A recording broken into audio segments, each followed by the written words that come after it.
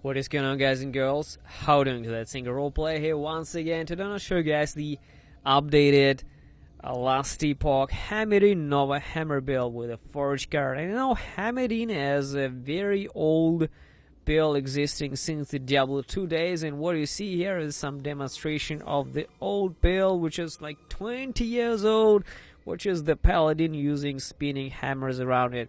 And after that, the build also transitioned to Diablo 3 as well. Well, this is practically the same scale that lives on in Diablo 3, and this is Blessed Hammer with the Crusader class.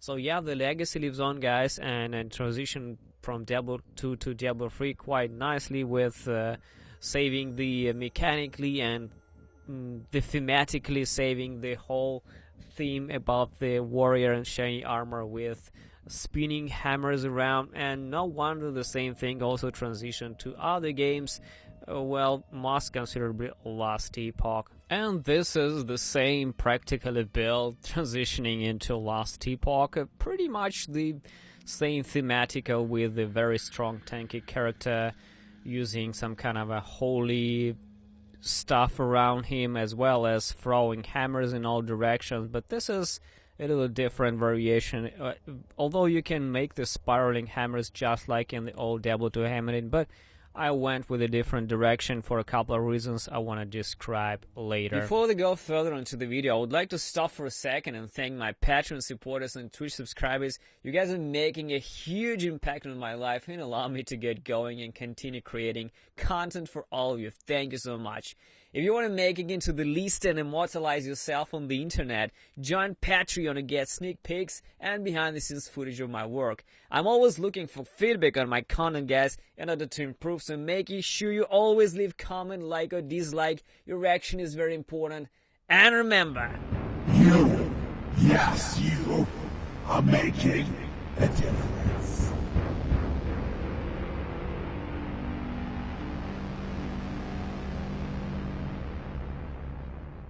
this is the actual character that I'm playing right now, guys. And just to go briefly over all things, how it works. So first important thing you need to understand is that hammer throw is a throwing attack. It's not a melee attack. So everything that's melee is not applying to this. No melee crit chance, no melee damage, no melee leech. So you need to find the workaround around this and stack other things outside of the melee damage and melee modifiers. So this is not that easy, actually. Another important thing to say is the changes to the previous version of the build, which I created 6 months ago. And previously we had Holy Aura, which makes it easier to survive, but Holy Aura has moved into the Paladin quite deep. It's now the Paladin Mastery, only available for the Paladins, and unfortunately I still decided to stick with the Forge Guard, so the aura completely moved over to the Paladin now. It's just unavailable if you are a Forge Guard, which is mandatory since we are stacking a lot of throwing attack damage. So instead of the Holy Aura, I decided I'm going to use a Ring of Shields, which would naturally hazard a Forge Guard. This gives a decent amount of recovery, some defense, so it's not bad at all. Definitely not as good as the Holy Aura. A couple of other things have changed, but nothing dramatically, so the build is pretty much the same as it was 6 months ago, just with a couple of changes. So first of all, let's talk about the passive skills. This is the Sentinel with the jogging out, relentless, and most importantly retaliation. Iron Master is actually a fantastic skill. It does very low proc chance. To be honest, I would raise it to at least like 10%, but when it procs, it increases your damage and armor by 30%, which is fantastic. Next we go to the Forge Guard and start stacking the throwing attack damage through the strength and mostly dexterity, as well as throwing attack in general. Physical damage also boosts our hammer throw, so all this together is what basically makes us stronger and stronger, making the hammer stronger as well. So third thing is Prime Fighter, then go into the Peltas, then into the Weapon Mastery, then into the Hammerhead, and then into the Javelineer. So pretty much super straightforward, nothing spectacular. It hasn't really changed since the 6 months ago. Next we go to the Paladin to get the juicy conviction with penetration, physical as well as increased physical damage, and this is a physical skill. And the last we're going to the Void Knight, like 65, 70 plus, to stack more raw damage through the and take some abyssal endurance, then 1 devouring blade, just in case 10% more damage doesn't hurt. Make sure you don't take Wall Eater, because this is a melee damage, even though there is void damage, but void damage is not really big so far. And Sorrow and Steel is increasing void damage and increased physical damage, mandatory to have. And also the last 2 nodes will be Void Bolts, which was thrown attack, deals 16 void damage on hit. This is very big actually. This really doubles our base damage, because the base damage is around the same size. And Void Corruption is once again mandatory, because it gives you a crit multiplier per point in the Void Knight, which is 24 crit multiplier. That's about it for the passives. Now to the active skills, and the most important is definitely Hammer Throw, which is our main damage dealer. The deal about this is it been changed quite a bit. They changed the ballista from double damage and moved it over to the Zealot's Conviction. So first we're going to be taking Catapult for additional projectiles and increasing mana cost, as well as Avatar of the Spire to actually have this Nova-like hammers, which is very important. Then get Iron Spiral, Hammer Vortex, Zealot's Conviction 5, mandatory. Then Rapid Throw, Endless Technique, and Mana Start Forging. The last will be a Guardian Zeal for the increased attack damage and crit chance. That's about it. Now, a couple of things why I decided to make it in the Nova and not the Spiraling. You know, Spiraling is a bit annoying. First of all, when they just spiral, it takes some time to let them spin up and deal any kind of damage. So just very stationary. You need to stand all the time, spin, then make sure that monsters get hit by this spiraling up hammers. It can be pretty annoying. When they orbit with you, it's easier to kind of grab all this damage and go with this damage, but at the same time it's also additional mana cost and all this stuff, so you know, it doesn't really add that much quality of life, to be honest, compared to this. Why I decided to get with the Nova, it's instant hit, you don't need to spiral, no orbiting, nothing there. Instant hit, instant cast, hammers immediately show up on the screen, immediately hit. And with so many projectiles as you get for the Catapult and the rest, there's like 9 hammers throwing in all fucking directions, which reliably hit these giant packs of enemies. Endless Technique is a fantastic passive which transforms the bonus of both the Hammer Vortex and the Iron Spiral into the base crit chance and crazy amount of crit multiplier.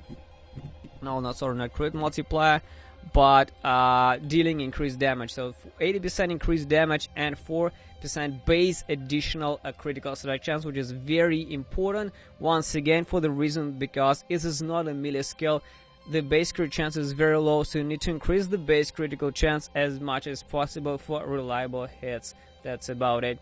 The second is launch. It hasn't changed. It's the same, purely for the lunging might for strength, as well as a running charge for the increased void elemental protection. Nothing else is really important. The rest is kind of trash. Rebook as once again here for all the protections here. Nothing spectacular. Solemn Vow, Brave the Elements, Mounted Plating, Regenerative Steel, Protective Legacy, Burst of Speed, mandatory.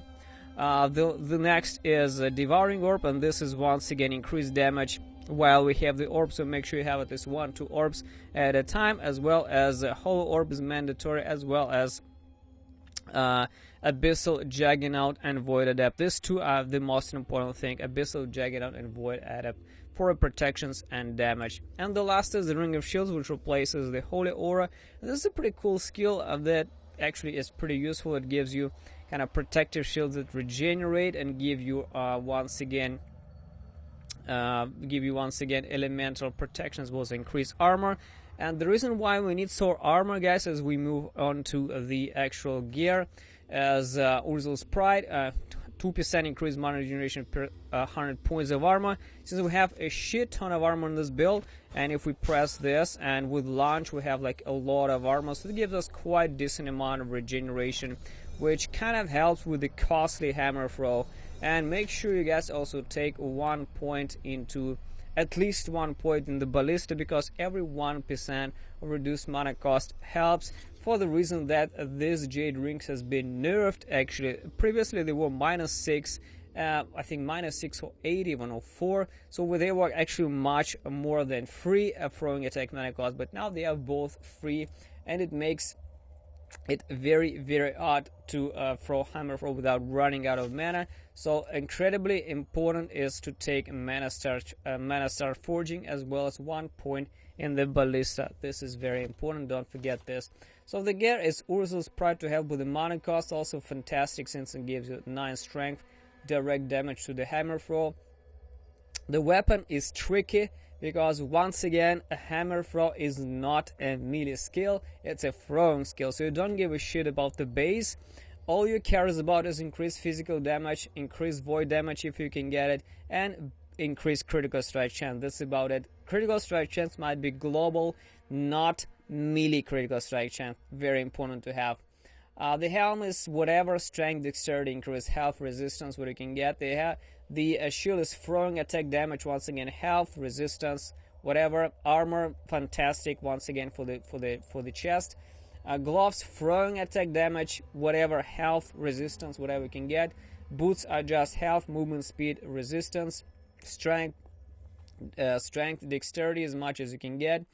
The relic is throwing attack damage, once again, critical strike chance, global critical strike chance, and armor, health, whatever you can get. The rings are 2 rings with a throwing attack damage and minus attack mana cost. Very important to have 2 of this. The rest is mostly health, glancing blow, dexterity, strength, whatever you can get. And the belt is whatever, literally just armor, health, increase health, whatever you can get on this. The amulet is very important thing, and there's also a fantastic helm which you can use early on, which is called the Bleeding Heart. Very fantastic amulet which leeches 5% of damage as health, and this is not a melee leech. This is like global leech, so whatever attack you leech back. It also has been nerfed, by the way. But I have this, which is on a jade amulet base, which is increase throwing attack speed and melee attack speed. We only care about throwing attack speed, so a little bit of a leech as this, and throwing attack damage and health, whatever you can get, is mandatory. Last thing that I want to show you is a little bit over the actual gameplay, because my gameplay recorded for the previous variation of the build is quite old, and I want to just show you guys in action. So I cleared 125 ways with this build, so it's quite damn tanky. Not many builds can actually get over 100 because most builds are squishy, but this build is very tanky, and the crits and the damage is very, very impressive. It's like 7-8 thousand crits, so it's pretty nice. So yeah, let's get going. I'll show you guys really quick how it works. The loading times, unfortunately, are still shit. So yeah, that's about it. So I'm gonna pop this thing. Let's get going. Putting the orb.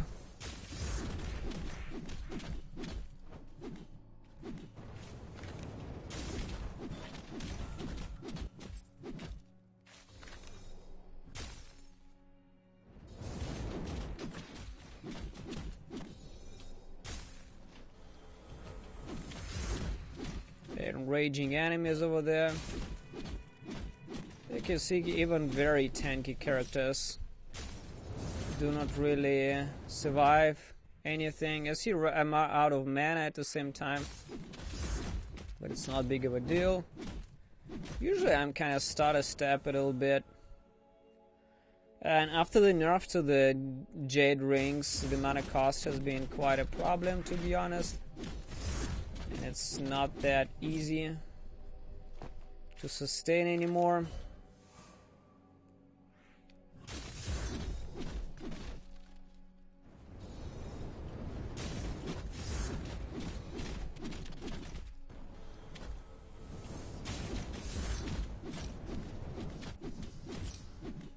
But the tankiness pays off.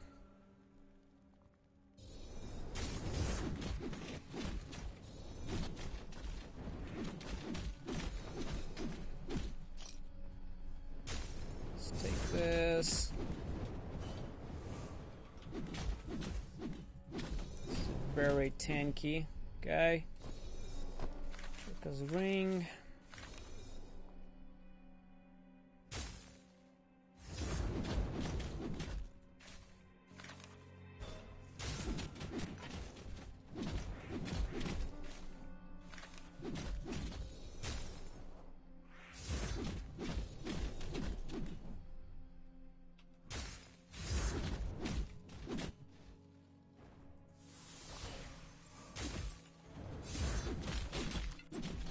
Go right in the middle of the action without any fucking fear whatsoever.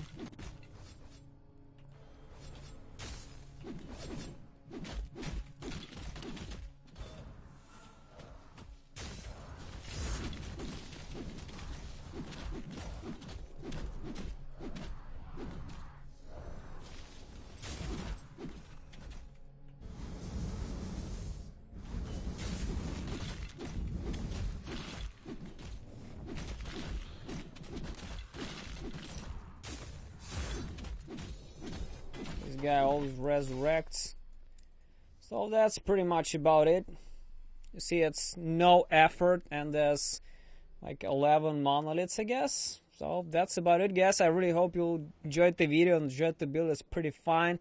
It's one of the highest DPS builds I've done. It's one of the tankest as well. So hope you enjoyed, guys, the whole theme of the Hammerdin. Thanks for watching, and see you soon.